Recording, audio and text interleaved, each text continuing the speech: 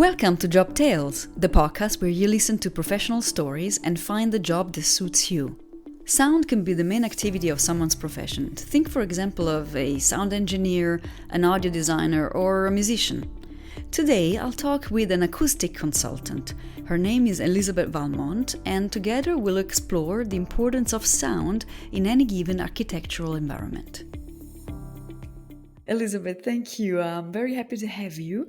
Your job sounds very interesting and quite original. You're an acoustic consultant by trade, right? So I would love to ask you to give me a short explanation of what that means. Yes. And Laura, I'm also delighted to be here. So thank you so much for asking me on your show. My pleasure. So, yes, an acoustic consultant is someone who understands the science of sound. So, specifically for me, I work in the architecture world. So, I have an expertise in architectural acoustics. And so I actually studied architecture originally and then had a bit of a journey that got me into acoustics. But the science of sound is related to everything you hear. And when it comes to architecture, it has to do with the environment of the room. Is the room noisy? What kind of room is it? Are we inside of a restaurant or are we at a concert hall? So, an acoustic consultant would deal with the aspects of what happens in the room, what is the geometry, what is the space volume like, what are the finishes. All of those features influence the sound in the room. That's one primary aspect of an acoustic consultant's work. Another would be something called sound isolation, or some people call it sound containment. And that has to do with sound that goes through walls or floors. So the question there in architecture would be, well, how well do I hear my neighbor? It's Okay. particularly when it comes to residential units. If you have an apartment, I'm sure people have had issues where they have a neighbor that they may not want to hear, whether they have Netflix playing too loudly, or sometimes, and that sometimes happens also vertically between adjacent units. There could be impact noise that you hear heels, the heel drops, people above you. So all of that has to do with sound containment, and that's a realm of sound isolation. And then another element acoustic consultants deal with in the architecture realm is mechanical noise and vibration control. So in architecture, a lot of the equipment systems, not limited to mechanical, it could be mechanical, electrical, plumbing equipment, just general equipment that's very necessary for the building to operate, whether it's for air, power, or water. All of those things have elements of building systems that can have reciprocating or rotating equipment. And that makes noise too, because that movement can cause vibration and can influence how much what we call it structure-borne noise. That equipment can cause vibrations and structure-borne noise in a building if it's not mounted on vibration isolation. I'm getting really technical on you. And then I'd say Yeah. one last thing is environmental noise. So, Laura, yeah, sorry I went a little bit too detailed in each of them, but that's No, it's important. No, it's very good. Actually, I wanted to, what is reciprocating equipment? something that goes back and forth, whereas rotating might be going in circles. But in general, when I'm discussing building systems, they move, right? A fan, it's moving, Mm, it's machine equipment. okay. So anything that causes a kinetic action, right, can cause noise potentially, depending on its impact on the building. Okay. And what would you say would be is actually your goal as an acoustic consultant? Oh, I think it's creating a pleasant environment for the occupant, Okay. a pleasant environment or one that's works, right? If you're a teacher, you need to have a space that helps them sound intelligible. If you are a musician, you want the sound to resonate in the room beautifully, right, and correctly. So the goal is to create a space that's effective for the user, as well as I'd say creating, delight or even wellness. Oh, amazing. So, as an architectural, acoustics consultant, did it take a long time to actually learn about everything that you have to know about sound and acoustics? Well, I guess like in any field, you have a journey of how you learn this, but I've been in the field, I suppose, for I don't, gosh, and you're making me think about it, Laura. I guess it was about 18 years. I mean, it certainly takes some time. I guess I studied, architecture first, as I said, and then I did some graduate programs that steered me into the world of sound. What was it in particular? I studied building science. Once I graduated from architecture school, I went directly into a graduate program where I learned about all the sciences of a building. So that Hmm. could be lighting systems, sound, structural systems, and it's the sciences of a building. And then I was able to, in that degree program, focus on acoustics. And honestly, I've always had an affinity for sound because I used to play piano. I was a musician in my younger life. Oh, I yeah. grew up playing piano, and oftentimes you'll find that acoustic consultants are ex-musicians or current musicians, I'll say. Many Mm. people I work with are just that, right? There's a lot of musicians in the field, Mm. I'll So be you have honest. to have an ear for it, I guess. Or a passion too, I think, but it doesn't hurt to have an ear for it. Yeah, that's so fascinating. I didn't know about all this. And tell me something maybe that we as laymen would not know about your job, or maybe some like some anecdotes or some stories that come out of your consulting times or consulting years, because it's been now a long time you've been doing this. Yeah, that's a great question. I guess anecdotes over 18 years, I'm trying to think of one, but, the work I've done has ranged across many markets and or many different industries, I should say. Yeah. So, anything from healthcare, working on hospitals or medical office buildings, all the way to commercial buildings, all the way to a place for arts, right? Like a performance hall or a movie theater even. So there is a range, and I'd say I have an anecdote for each of them, I suppose. One that's kinda near and dear to my heart, though, I would say, I started out in the world of music, as I said. I was a classical pianist, and so I always had a love for the arts, specifically, opera and symphonies, and so I've always enjoyed when I've had a project related to that just because I love the idea of creating a space for musicians and a space for the audience so that they could enjoy, what entertainment they're intended to enjoy. And that was something that really brought me into acoustics. Hmm. Then things have changed in my lifetime and I'm gonna go all the way to healthcare. Over the years, have worked on several projects, and healthcare is something that's become more near and dear to my heart because of the idea of soundscapes in the hospital and how they influence wellness. Mm. Hospitals generally are places that can be very scary, Yeah. and very noisy and very busy. Not scary for sound, scary for other reasons, right? If you're a Yeah. patient who's about to get a surgery, I just had, as you know, Laura, I have 2 little babies, and I had my share of time in the hospital, In the and as much as hospital. it was for a joyous occasion, it's still kinda scary. But I've also been to the hospital for some family members that did have some very serious, procedures and emergencies, and that's what actually got me more passionate with healthcare.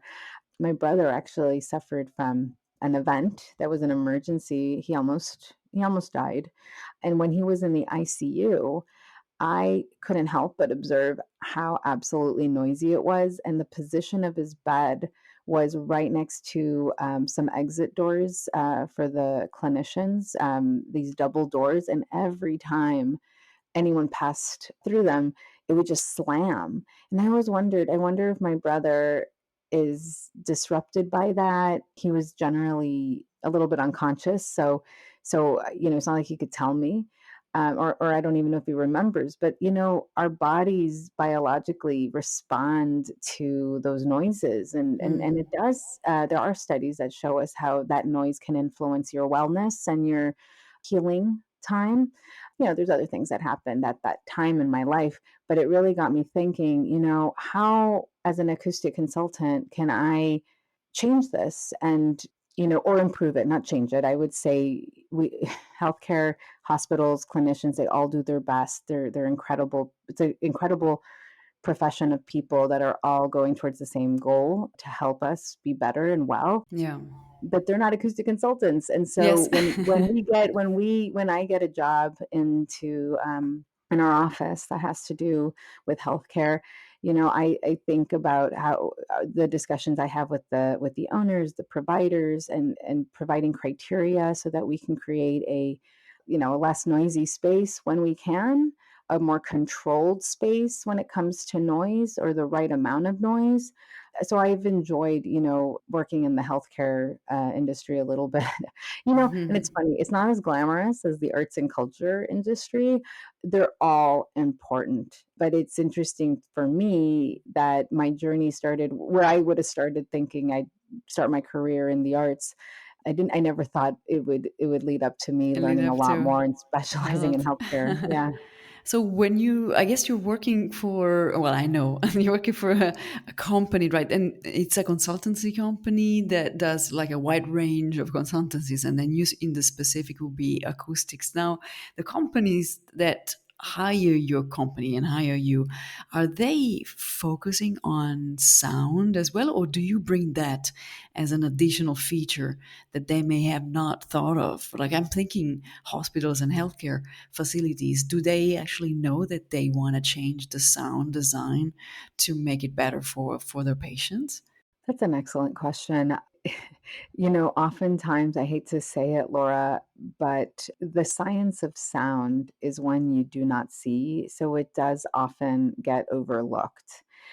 So a lot of clients that approach us, it varies, right? Oftentimes they don't really know or understand acoustics as well as they should, maybe for their project, or don't understand, just because it's not their profession, they don't understand the impact or improvement it can have when you have an acoustic consultant on board. Mm. So a lot of my job is educating. I do also teach, so I'm also educating as well. So I do try to evangelize this profession because it's so important, but because you don't see it a lot, it does often go overlooked. However, there are definitely clients that are well aware of the issues, and they certainly come to us because they know that they need to address some issue for attenuation. So, for instance, speaking of healthcare, we had a client that in the past that was going to locate their hospital very close to an Air Force base.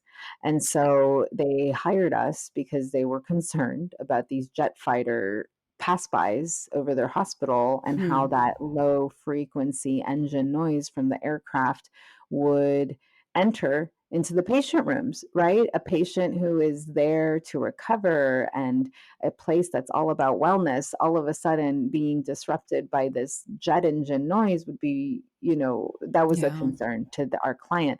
So that was something that they hired us for, and they knew they wanted to hire us for that acoustic issue.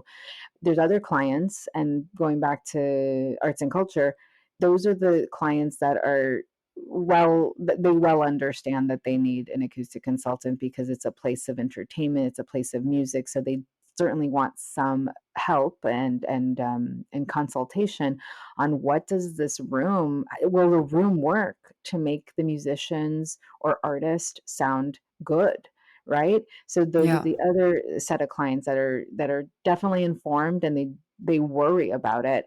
There's other clients, there were things are just not that obvious. I'd say restaurants are one of them. There's so much to focus on in the design of a restaurant. I don't think acoustics is the top Right. of mind. And as a result, restaurants probably you frequented some, Laura, where it is very noisy and Very nice. True. And it and it's very echoes. Yeah. yeah, it's very especially the busiest restaurants have a lot of noise from the people activity, but also the addition of the amplified music that they love to throw into the space, right? So the Mm. combination of all that noise actually makes you as a guest at that restaurant oftentimes yell, right? You're yelling at someone that's Yeah. almost a foot away True. from you. And so as a result, it actually has been studied that that can influence how you taste food, how much Mm. noise is there. It also can tire you, when it's so noisy and you're really putting a lot of energy in talking. I mean, you leave that experience potentially very, a little bit more tired. But the other concern actually is the people who work there. Oftentimes, when it's very, very noisy, if it hits, certain thresholds of concern, the people that work there for long hours, like 8-hour shifts, they could potentially be exposed to hearing damage over time. So I know you asked me at the beginning, what does acoustic consultant do? And I went through some of the aspects of what I do on a day-to-day basis, but I suppose I should have answered you with, we influence environments all the way from the delightful to the regulatory, right? Mm. There's things that we have to meet code standards for a project, for instance, or just safety standards. For instance, like in that restaurant example, that would be about the health and safety of the workers, all the way to the delightful, right? Working with artists and creating delightful experiences. So it ranges. That's amazing. Yeah, it's fantastic. It's a whole world that's opening up to me. And I'm also thinking of the environment when we talk about acoustic pollution. Is that a part of your job as well? And how much impact does it have on the consultancy that you do? Absolutely. I had once done a presentation at a transit conference that spoke about sound in the environment. And I went through different places of where it is and how we tackle addressing controlling them. So let me go through a few. So, for instance, you think about, gosh, I'm like, which one do I pick out first? Okay, aircraft noise, right? Yeah. That's something that's certainly, if you're in the zone of flybys and you live, for instance, in a residential area, or if there's an education facility in that area, we have gotten called on to look at what we can do with the envelope of the building. Can we improve it so that we get less noise ingress into our spaces? So certainly noise from aircraft. There's certainly I live in Los Angeles. I have this is a car-based city, so there's Really? I didn't notice. plenty. Yeah, yeah, yeah. So, yeah, duh.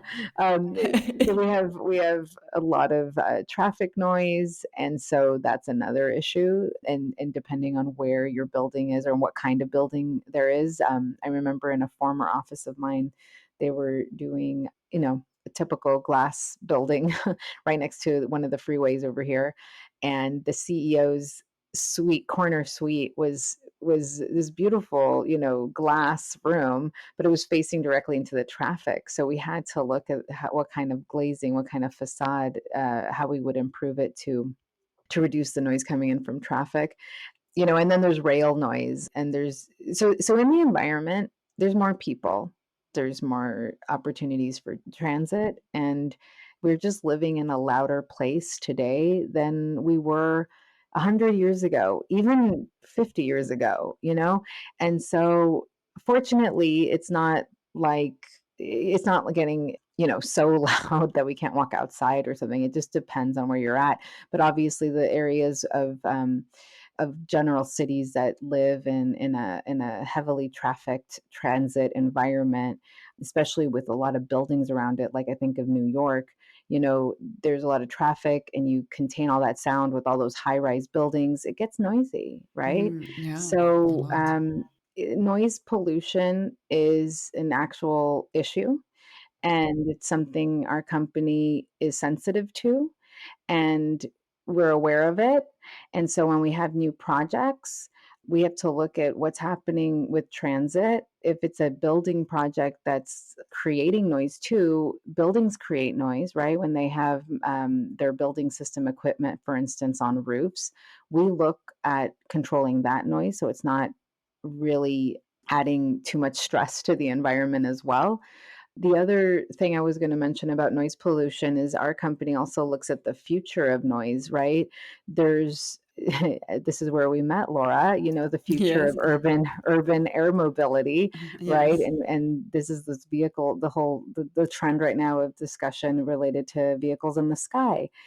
There's a lot of equitable noise equity discussions around that. If we're now going to have these electric vehicles, aircraft in the sky, what are the routes that they're going to take? Are they going to add more noise to certain environments?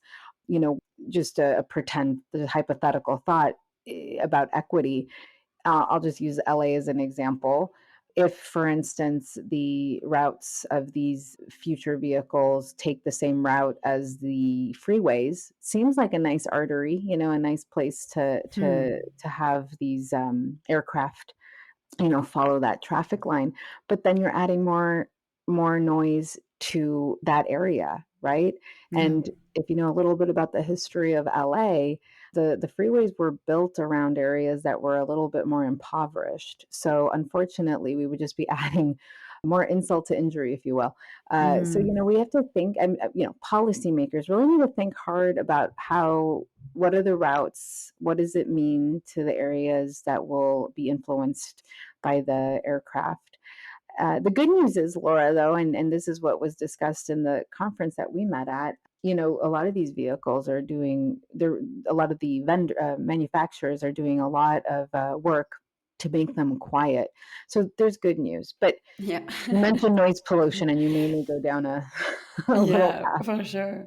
And to conclude, where could, the young people that are listening to this episode, where could they look for a job? Where do they start to look for a job like yours?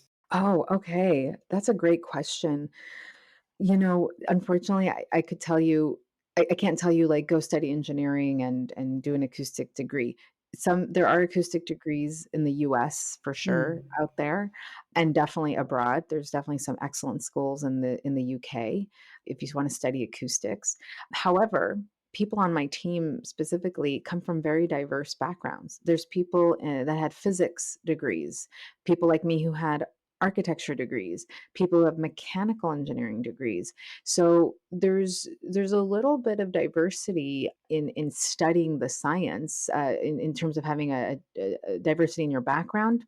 Some people were full-fledged musicians and then they switched gears, right? But all of us Yeah. probably did an apprenticeship, I'd say, or So got apprenticeship our is good. Yeah. yeah, so getting an internship once you have some basis, usually you're an architect or you are studying acoustics or some sort of sound science Mm. or some sort of engineering degree. A lot of people transition into this in the work field, in the workspace.